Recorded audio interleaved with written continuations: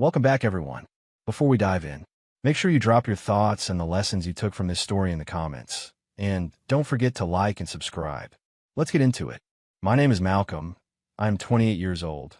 And a little over 3 months ago, I found out my then girlfriend, Tiffany, 26 years old, had been playing a game I did not even know I had joined. We had been dating for 8 months. I sincerely believe things are going well. We saw each other 3 or 4 times a week, spent lazy Sundays on the couch, shared playlists, swapped childhood stories, and I had started to think about what it might look like to build something long-term with her. There were no big fights, no obvious red flags, nothing that screamed danger. For weeks, Tiffany had been hinting that the relationship was ready to level up. That was the phrase she used repeatedly. She said she wanted me to meet what she called her inner circle, the group of women she claimed were like her sisters. She made it sound like there were stages to dating her, and I was unlocking the next one. Tiffany said, "Babe, my girls are dying to meet you properly. They keep asking when I'm finally going to bring you around. We are doing dinner at the Magnolia Room on Friday." The Magnolia Room is a very expensive restaurant in downtown Houston, the kind of place where you Google the menu first so you do not pass out when you see the prices. I said, "That sounds good. I have heard that place is pretty fancy." Tiffany gave me a bright, practiced smile and waved one hand as if none of it mattered. She said, "Do not worry about it. Just dress nicely. You need to make a good impression. These are my closest friends." I should have paid more attention to the way she emphasized the words "you need to." At the time, I thought she was just nervous for me to meet people who mattered to her. I told myself it made sense. Some people frame relationship milestones dramatically to make them feel special. Friday came, and I took my time getting ready. I put on my best navy blazer, a crisp white shirt, dark jeans, and clean shoes. I trimmed my beard, put on a subtle cologne, and checked myself in the mirror a few extra times. I wanted to look like a man who had his life together, because I did. I work as an information technology consultant. I have a decent apartment, a steady income, a paid-off Honda that runs like a dream, and a modest but healthy savings account. I was not rich, but I was responsible, and I was proud of that. When I pulled up to the Magnolia Room, valet took my keys, and I tried not to think about how much that alone would cost. The building was all glass and warm light, with a long line of expensive cars out front. Inside, the place smelled like butter, wine, and money. Low jazz played over soft conversation. The host greeted me by name because Tiffany had given them a reservation for Tiffany and Malcolm, party of 7. That should have been my second warning. 7 people at a restaurant like this was going to be a very large bill. I walked to the back of the dining room and saw Tiffany at a big round table with 5 other women. They were already laughing, heads close together, wine glasses in their hands. When Tiffany saw me, she stood up quickly, smoothed her dress, and called out, "Ladies, here he is." As I reached the table, she put one hand on my arm and said, "This is Malcolm. Malcolm, meet the squad." She said the word squad like it was trademarked. The energy at the table shifted instantly. They all fell quiet and turned toward me with the kind of attention you give a guest speaker, not a boyfriend. Tiffany went around the table, touching each friend's shoulder as she named them. "This is Latrice. That is Tanisha. This is Crystal. Over here is Jocelyn. And that is Felicia." Each of them smiled, but the smiles did not quite reach their eyes. Latrice, in a fitted blazer like she was always on the clock, gave me a firm once-over from shoes to hair, as if she were assessing creditworthiness rather than looking at a person. Tanisha raised one eyebrow and sipped her wine slowly. Crystal gave me a bright smile that felt rehearsed. Jocelyn and Felicia glanced at each other, then at Tiffany, and then at me, like they were confirming something silently. I immediately noticed the table was already crowded with half-eaten appetizers and 2 half-empty bottles of wine in expensive-looking glass decanters. There were plates of scallops, truffle fries, a fancy cheese board, and something that looked like mini crab cakes. Tiffany said casually, "We started a little early. I know you had to drive across town. Hope you do not mind." I said, "Not at all," but inside I was doing mental math. At a place like this, those 2 bottles of wine alone were probably closing in on $300, maybe more. As I sat down, Latrice leaned in and said, "So, Malcolm, we have heard a lot about you." Her tone made it sound less like a compliment and more like a challenge. Tanisha added, "Yes, Tiffany has been talking nonstop. We had to finally see if you were real."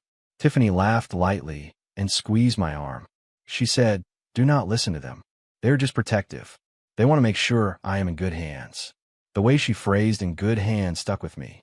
It sounded like they were reviewing my resume, rather than welcoming me into a friend group. The waiter came over with another round of menus, even though it was obvious none of them needed to see prices. They were already set on what they wanted. He asked, "Can I start anyone off with drinks?" Tiffany lifted her glass and said, "We will definitely need another bottle of this Cabernet. It is outstanding." Crystal called out, "Can we also get one of those sparkling roses? It looks so pretty." Felicia added, "And I want to try that passion fruit cocktail I saw go by." Nobody asked about prices, and nobody looked toward me for input. It felt like watching a well-rehearsed performance. As dinner went on, it turned into what could only be described as an interview. Latrice asked, "So Malcolm, what exactly do you do?" I said, "I work in information technology consulting. I mostly help mid-sized businesses move their infrastructure to the cloud and secure their networks." Tanisha asked, "Does that pay well?" There was no attempt to hide the directness. I answered, "It pays decently. I am comfortable. I'm not a millionaire, but I do not worry about the lights staying on." They exchanged a series of small, quick looks that did not match their polite smiles. Jocelyn asked where I lived.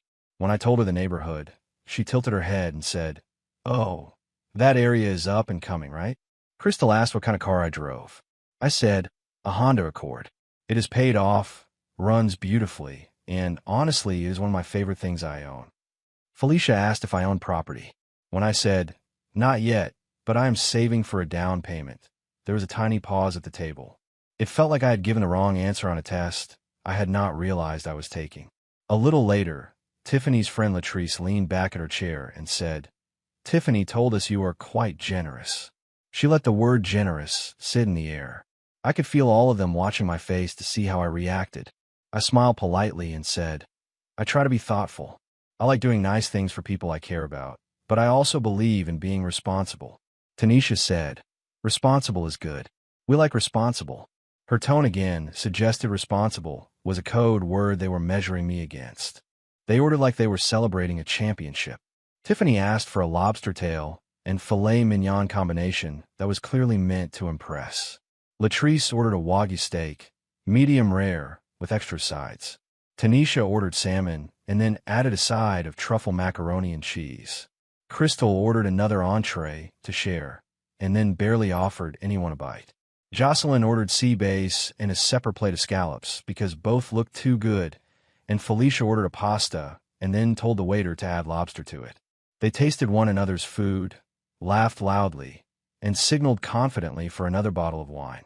I felt uncomfortable, but told myself this was a special occasion. Meeting the friends matters, I thought. Maybe this was just how they celebrated. I did mental calculations between bites of my much more modest steak.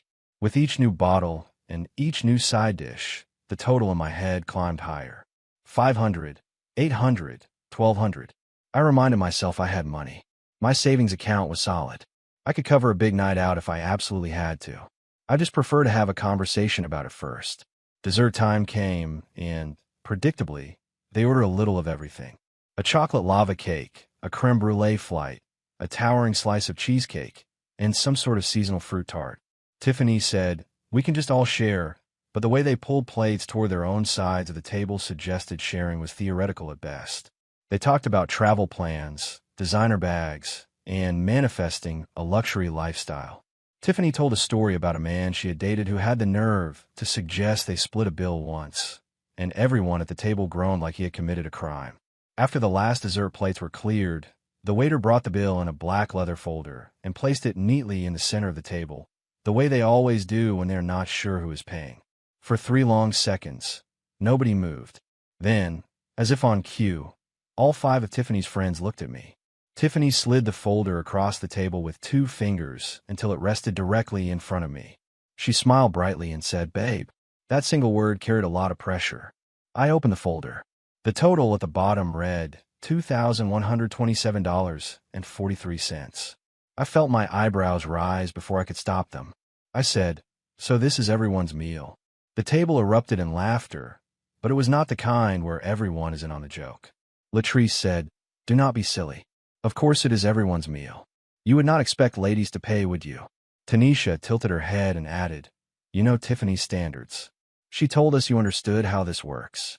For a brief second, I considered saying exactly what I was thinking, which was that grown adults should not show up to an expensive restaurant expecting someone else to cover a surprise $2,000 tab. Instead, I took a breath, kept my face neutral, and said, no problem at all. Tiffany exhaled, visibly relaxing. She gave me a proud, satisfied look and squeezed my hand, as if I had just passed an exam. I pulled out my wallet, slipped my credit card into the folder, and handed it to the waiter with a polite smile. As the waiter walked away, Tiffany leaned in close and whispered in my ear, I knew you were one of the good ones. Her tone made my skin tighten. I tried to focus on the fact that the evening was almost over. The women started grabbing their purses and checking their makeup and their phones. They were already standing up, putting on jackets, and talking about where to go next as if the bill was just a formality, a background detail, nothing to do with them. 2 or 3 minutes later, the waiter returned. His polite, professional expression had shifted to something more cautious. He cleared his throat gently and said, I am terribly sorry, Mr. Malcolm, but your card has been declined. The entire table froze. Tiffany stopped mid-sentence. Latrice's lips parted slightly.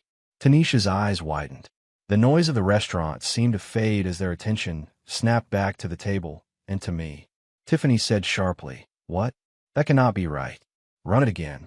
The waiter replied calmly, I ran it 3 times, ma'am. Would you like to try another card? I pulled out my phone and opened my banking application. I said, That is strange. It shows that I have $87.50 available in checking, but I am sure I had more this morning. I scrolled for a moment as if I had just remembered something. Then I said, Oh wait, I moved most of my money to savings yesterday. There was a higher interest rate promotion. I guess I forgot to move it back. Tiffany's face blanched. She stared at me and said, 80?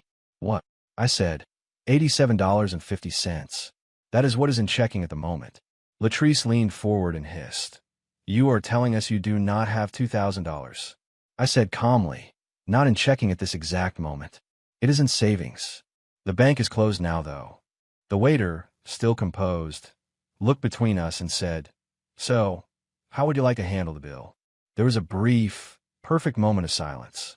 It was the kind of silence that feels almost physical, like a pressure in the air. Tiffany looked at me, with fury building in her eyes. She muttered through clenched teeth, Fix this now. I said, I can put in my $87.50. The waiter nodded professionally and said, Perhaps the ladies would like to split the remainder. I can divide it 6 ways. That suggestion landed like a bomb. The reactions were immediate. Felicia said, I do not even have my wallet with me. I only brought my driver's license because Tiffany said this was covered. Jocelyn said, I just paid rent. I cannot drop $300 on dinner tonight. Tanisha snapped, Why would any of us have to pay? Tiffany said you take care of things. Latrice glared at Tiffany and said, I thought you said he was a provider. Tiffany's jaw tightened so hard I could see the muscles flex. Tiffany rounded on me, her voice low but razor sharp. She said, You did this on purpose. I said, Did what? Forget to transfer money. She turned to her friends and said, Give me a second. Then she looked back at me and said in a hard whisper, Outside. Now. She stood up so abruptly that her chair scraped the floor. The entire table watched us as we walked out through the dining room past neatly dressed couples and waiters moving silently between tables. In the parking lot, the warm Houston night wrapped around us, but Tiffany's expression was cold. She spun to face me and said, What kind of man are you? Do you have any idea how embarrassing that was? I said, Embarrassing for whom? She jabbed her finger toward the restaurant and said, For me. I told them you were a provider. I said you were different. I defended you when they wondered if you were just another pretender, and then you'd humiliate me with this poverty act. I stared at her. Poverty act. I said, I have the money. It is just not in checking.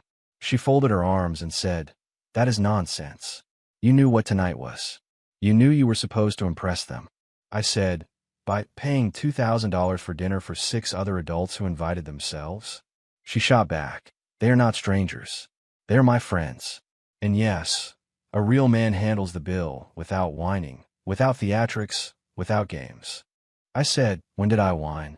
I literally handed over my car without saying a word. I only realized the mistake when it declined. And let us talk about your friends for a moment. Why did they come to a restaurant like the Magnolia Room with no intention of paying anything? Tiffany let out a short, disbelieving laugh. She said, "You really do not get it, do you? We do not pay. That is not how this works." I asked how it works. She said, "Dating. Relationships. Men take care of things. That is literally your job." I said, "My job is information technology consulting. That is how I pay my bills. You are telling me my job is now to fund luxury dinners for your entire social circle." She crossed her arms tighter. "Do not be cute," Tiffany said. "You know what you signed up for when you started dating me. I told you I have standards. I told you I need a man who can provide. This was a test. You were supposed to show that you can take care of me and the life I deserve." I took a slow breath and looked back through the restaurant windows. I could see her friends arguing with a waiter and a manager, gesturing at the check. I said, "So let me get this straight. You think I signed up to pay for your entire friend group, including bottles of wine, extra entrees, and desserts nobody needed?" Tiffany said, "You signed up to be a provider. That means stepping up without hesitation. Tonight you failed that test spectacularly." I said, "If you needed a reality show audition, you could have told me." Then I added, "So what happens now?" She tossed her hair back and said, "Now I have to go in there and pay for dinner with money I need for rent because you decided to be petty. After that, we are finished." I said, "You are breaking up with me over this." She replied, "I am breaking up with you because you are not man enough for me. Enjoy your savings account." Then she turned on her heel and stormed back inside. I walked to my car and sat in the driver's seat with the door still open. Through the restaurant windows, I could see the chaos. The waiter stood with the manager, both of them talking to the group at the table. Tiffany's friends were rummaging through purses, pulling out cards and cash, arguing and gesturing. It took them a solid 30 minutes to sort it all out. I watched them leave the restaurant one by one, faces tight with anger and embarrassment. I quietly handed the valet my ticket, took my keys, and drove home feeling a mixture of shock and relief. When I got home, my phone exploded with notifications. Not from Tiffany, from her friends. Latrice texted, "You are actually pathetic. Tiffany deserves so much better." Tanisha wrote, "I cannot believe you made us look like fools in there." Jocelyn added, "Small energy. No wonder you drive a Honda." Felicia wrote an impressively long message about how men like me waste women's time. I blocked all their numbers without responding. I sat on my couch in the dark for a while, letting the evening replay in my head. Curiosity finally got the better of me. I opened Instagram and went to Tiffany's page. She had posted a story earlier that day that I had not paid much attention to at the time. It was a boomerang of champagne glass clinking with the caption, "Tonight is the night. Let's see if he passes the test. Know your worth." My stomach tightened. The test. I started scrolling back through her posts and stories, looking with new eyes. I saw quotes about high-value women, posts about dating with standards, and videos reposted from influencers who preached that if a man wanted to, he would pay for everything. Then I found her TikTok page. I had known she had one, but I had never really looked at it closely. There, it was even more blunt. Tiffany had videos explaining how to test if he's a provider, videos listing red flags like he asked to split the bill, and clips where she said things like, "My girls and I only date men who pay. If he hesitates, he is not serious about you."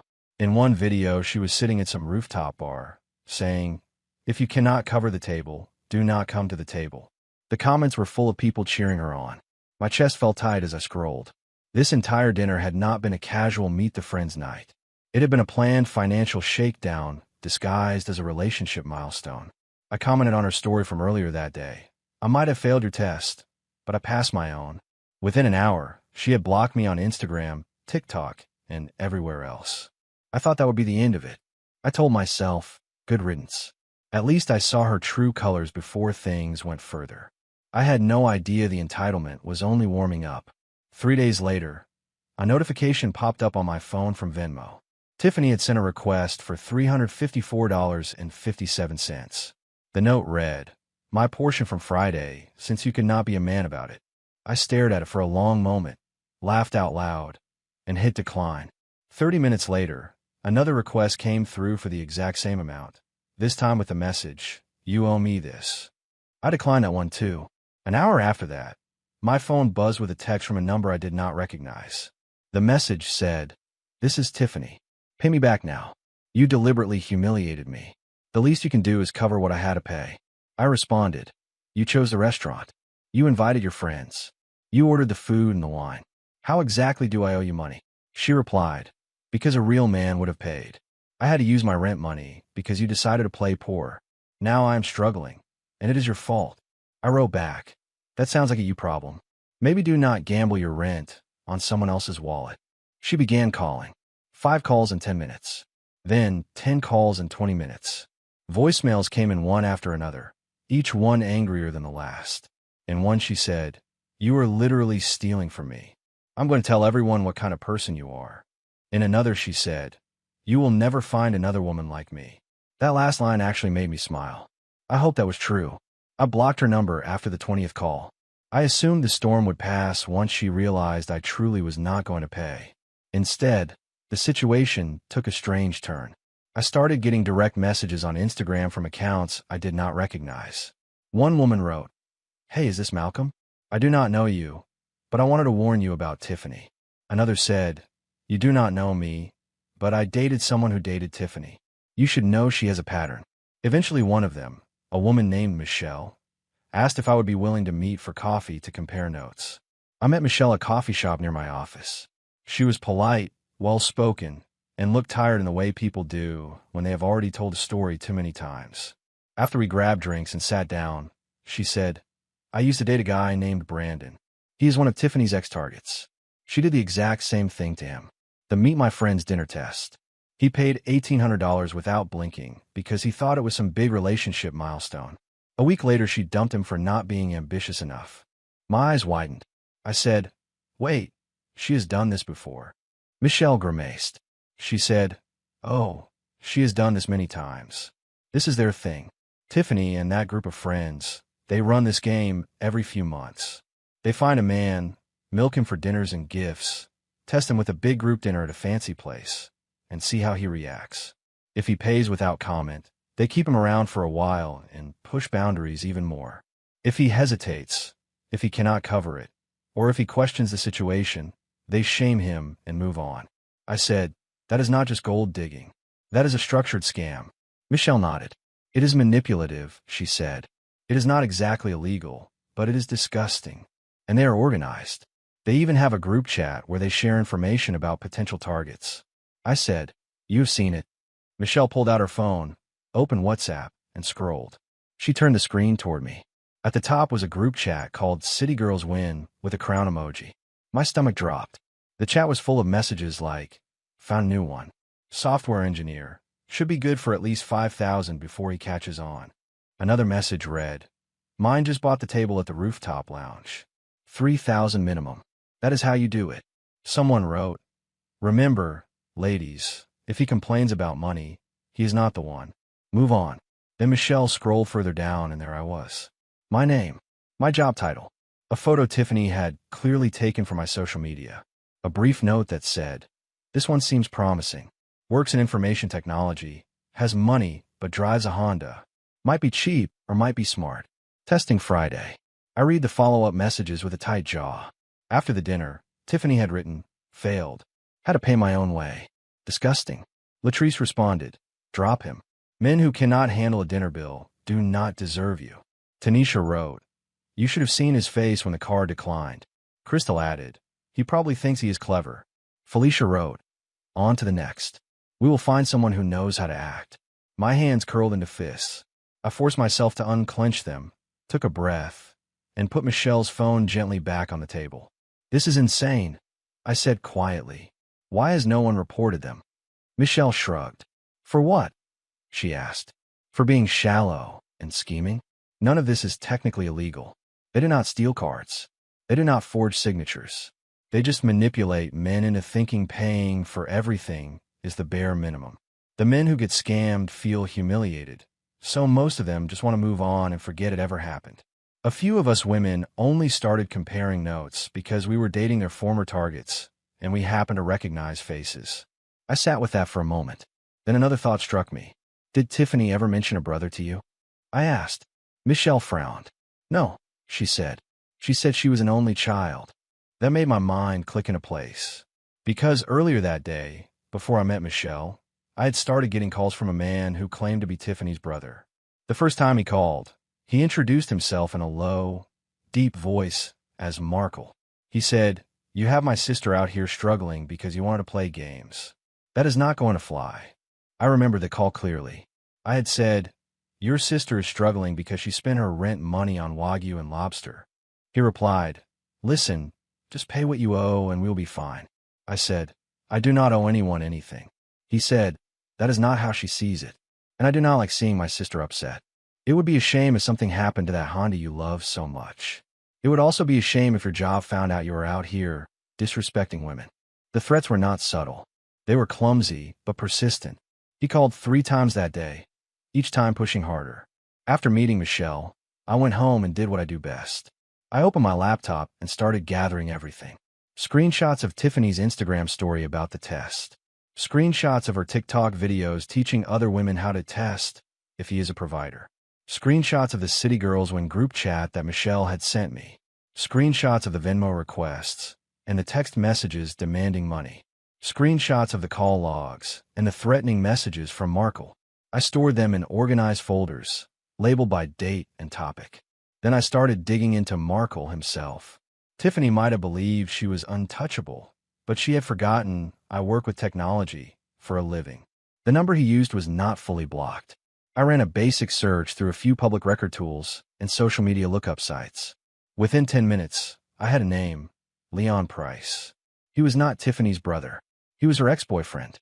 On his real Facebook profile, there were old photos of him and Tiffany together, hugging at parties, kissing in front of a Christmas tree, sitting in someone's backyard with matching drinks. The more I looked, the more annoyed I became. Not just because of the scam itself, but because of how arrogant they all were about it. Tiffany had documented everything in public posts and semi-private groups as if nothing could ever touch her. Her TikTok bio literally said, "Relationship strategist, teaching women how to date with standards."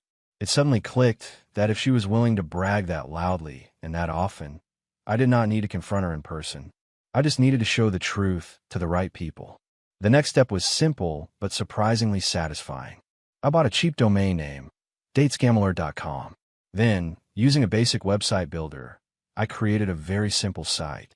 No ads, no flashy graphics, just a plain layout with sections titled Pattern, Evidence, and How to Protect Yourself. In the Pattern section, I laid out, in general terms, the way Tiffany and her group operated: love bombing, expensive dinners, sudden tests, and emotional manipulation. In the Evidence section, I posted screenshots, with all last names blurred and personal identifying information removed except first names and city. I did not call Tiffany horrible names. I did not insult her appearance. I kept it factual and calm. I wrote, "Several men have independently described a similar pattern with a woman named Tiffany and a consistent group of friends in the Houston area. The goal appears to be obtaining expensive meals, gifts, and sometimes cash by presenting these expenses as tests of a man's worth." Underneath, I included images from the City Girls Win chat, redacted only enough to avoid doxing anyone. The implication spoke for itself. While I was building the site, I remembered something Michelle had shown me in the chat logs. At one point, Tiffany wrote, "If they are paying, we might as well get the tax write-off too." Another message had a screenshot of a note in her phone labeled Business Meals, with photos of various receipts, including one from the Magnolia Room.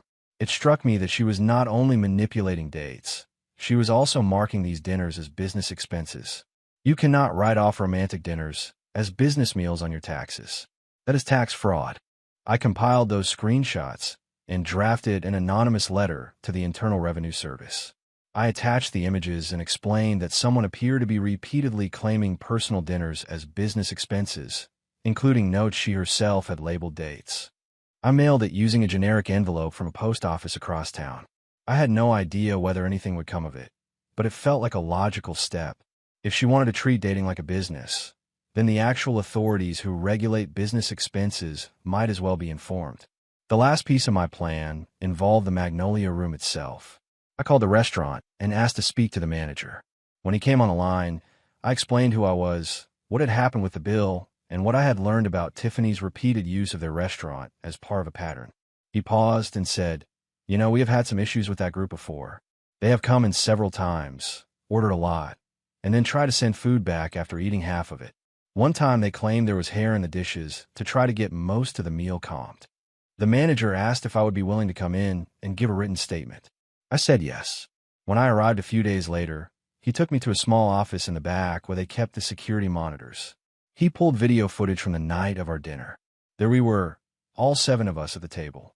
We watched the moment the bill arrived, the moment Tiffany slid it toward me, the moment the waiter came back with the decline card.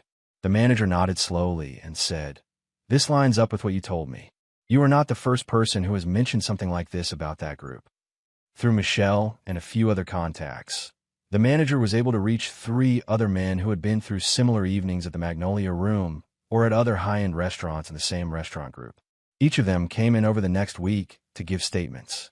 Together, our accounts and the security footage were enough for the restaurant group to make a decision. They banned Tiffany and her entire crew from all 7 of their locations. Their names and faces were flagged in the reservation system. If they tried to book again, the reservation would be denied. Once datesgambler.com was live, I did not blast it all over social media. I did something subtler. I made sure the site included Tiffany's first name, her city, and references to relationship marketing and strategic communicator, phrases she used on her resume and LinkedIn profile. I added a short line that said, "This pattern has been linked to a woman currently seeking roles in sales and marketing." Then I quietly made sure the site was searchable by connecting it to a few online forums where people discuss dating scams in general terms. Search engines did the rest. Tiffany had been very vocal on LinkedIn about her job search. She posted almost daily about exciting new opportunities and upcoming interviews with companies in sales, marketing, and public relations. From mutual acquaintances, I later heard she made it to final round interviews at 2 companies, only to suddenly receive emails that they were moving in another direction. Around the same time, datesgambler.com started appearing on the first page of results when you typed her first name, city, and field together.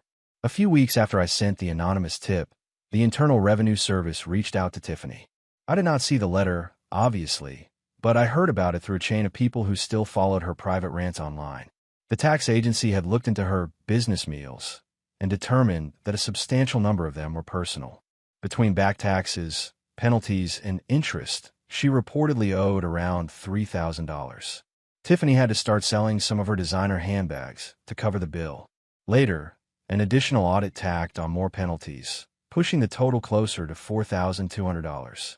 Meanwhile, the carefully curated image Tiffany had built online began to crack.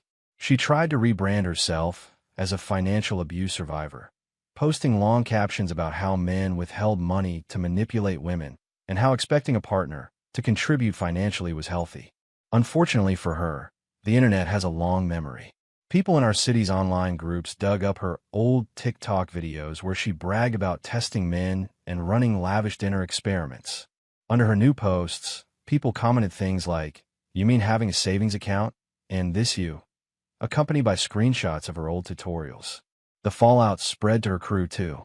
Inside the City Girls Win chat, paranoia hit like a storm. Michelle and some of the other women who had access to the chat sent me screenshots of the aftermath. Latrice wrote, "Who told the restaurant?" Someone gave them our messages. Tanisha accused Jocelyn of saving screenshots. Jocelyn blamed Felicia for being careless. Tiffany blamed everyone at different times for being disloyal.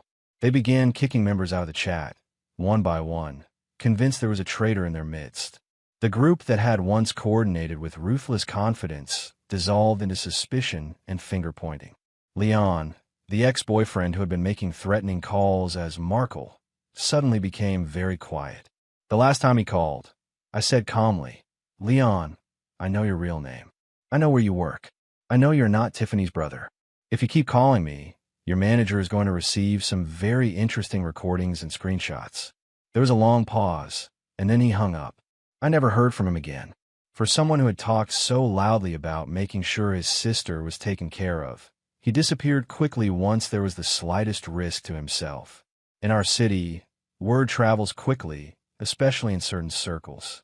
Someone created a local Facebook group dedicated to warning people about dating scams. The group grew to around 400 members in a few months. Whenever someone tried to run a test, dinner, or demand extravagant gifts early in a relationship, screenshots would show up in the group. Tiffany and her friends' faces appeared there repeatedly. The restaurants that belonged to the Magnolia Room's parent company quietly shared their own informal list of customers who had caused trouble. They called it, with dark humor, the test table list. Not everyone in Tiffany's circle doubled down. One evening I received a message from Felicia. It began, "You have every right to ignore this, but I wanted to apologize." I hesitated, then agreed to meet her at a cafe near my apartment. She arrived looking less polished than she had at the Magnolia Room, wearing jeans and a simple sweater instead of designer labels. She said, "I got caught up in the lifestyle. I like the attention and the free things." It felt like a game where the only rule was, do not fall behind. Seeing everything collapse made me realize how messed up it was. I listened quietly. Felicia continued, "I started therapy last month. I'm trying to understand why I thought treating people like walking credit cards was acceptable. I do not expect you to forgive me. I just needed to say that I am sorry I participated in that dinner, and that I judged you for not paying for all of us." There was genuine regret in her voice. I said, "I appreciate you saying that. I hope you keep doing the work, not for me, but for yourself and for whoever you date next." We parted on neutral, almost cordial terms. Life moved on for me in quieter ways. I focused on my work, took on a few new clients, and started going to the gym more consistently. I spent weekends with friends, playing pickup basketball, hosting movie nights, cooking for people who took turns bringing groceries and wine. Every so often, someone would message the contact email on datescammler.com saying, "Thank you. I Googled my date's name and found your site." I recognized the pattern and got out early. I did not respond with long explanations. I usually just wrote back, "Glad it helped. Take care." About a month and a half after the dinner incident, I matched with someone on a dating app. Her name was Raven. Our first conversation was easy, full of joking about our mutual love of science fiction movies and late-night breakfast food. When we met in person, we chose a small, mid-priced restaurant, the kind of place with good food, normal lighting, and reasonable prices. After the meal, when the waiter set the check down between us, I instinctively reached for it. Raven put her hand on top of mine and said, "We can split it." I said, "I do not mind paying." She smiled and replied, "I know you do not. That is why I am insisting on splitting it. I have my own money. I am dating you, not your wallet." Something in my chest relaxed in a way I had not realized it was still tense. I said, "All right then, we will split it." We did. It felt incredibly simple and incredibly refreshing. There were no hidden tests, no group chats waiting to judge whether I was a provider. There were just two people eating dinner and sharing the cost because they both wanted to be there. Months passed. Tiffany became more of a distant, strange story than an active presence in my life. Every now and then, though, her name would pop up through the grapevine. Someone would say, "Did you hear Tiffany is still unemployed?" Or, "Apparently she is working at a kiosk in the mall selling phone cases now." Given how much she had once preached about only accepting luxury, it was ironic. She tried, briefly, to start a new online persona about overcoming financial trauma, but each attempt was met with a wall of screenshots from her past, and the comments never let her rewrite the narrative.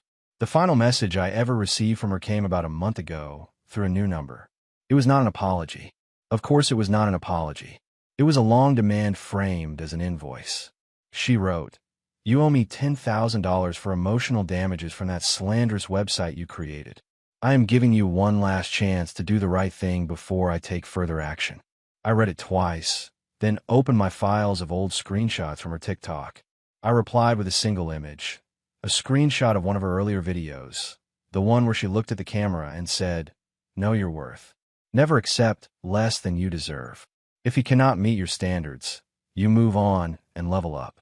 Underneath the screenshot, I typed, "Taking your advice." A few minutes later, a notification popped up saying the number had blocked me. I sat back, exhaled, and closed that chapter in my mind with a quiet, satisfied click. Datescamalert.com still gets around 100 visits a month. Most days I do not think about it. It just exists out there, a small lighthouse warning a few ships away from sharp rocks. When I do think about it, I remember the look on Tiffany's face when the waiter announced my card had been declined, and how outraged she was that I only had $87.50 available in checking that night. For her and her friends, having money tucked away in savings instead of throwing it around on demand meant I was broke. The truth was the opposite. I was not the one living from paycheck to scam check, scrambling to borrow rent money to keep up appearances. I was not the one betting my housing on whether a date would agree to fund a luxury performance. I had a real job, real savings, and real priorities. In their world, that made me cheap. In mine, it made me sane. The best part is that, thanks to that one dinner I refused to truly pay for, a lot of men in my city will never have to sit at a table like that, being silently weighed and measured by people who believe they deserve everything for nothing. Last week, a friend of a friend sent me a photo that made me laugh harder than I had in months. It was a blurry image taken on a phone from across the room at an Applebee's. At one of the booths sat Tiffany and a man I did not recognize. The check was on the table between them, and both of them had their wallets out. My friend wrote, "Saw this on someone's story. Timestamp says they split the check." I stared at it for a moment, then shook my head. Growth, I thought. Not my growth. I had already learned my lesson the night I let my card decline at a $2,000 dinner and walked out with my savings intact and my self-respect stronger than ever. Her growth. Tiny, perhaps, but real. If nothing else, maybe the next time she meets someone, it will be for who he is, not for what his credit limit can do for her and her friends. And if not, well, there are more than enough people now who know how to recognize a test table when they see one. If you enjoyed this story, please like, comment, and share this video with your friends. Subscribe and turn on the notification bell so you never miss a powerful story drop.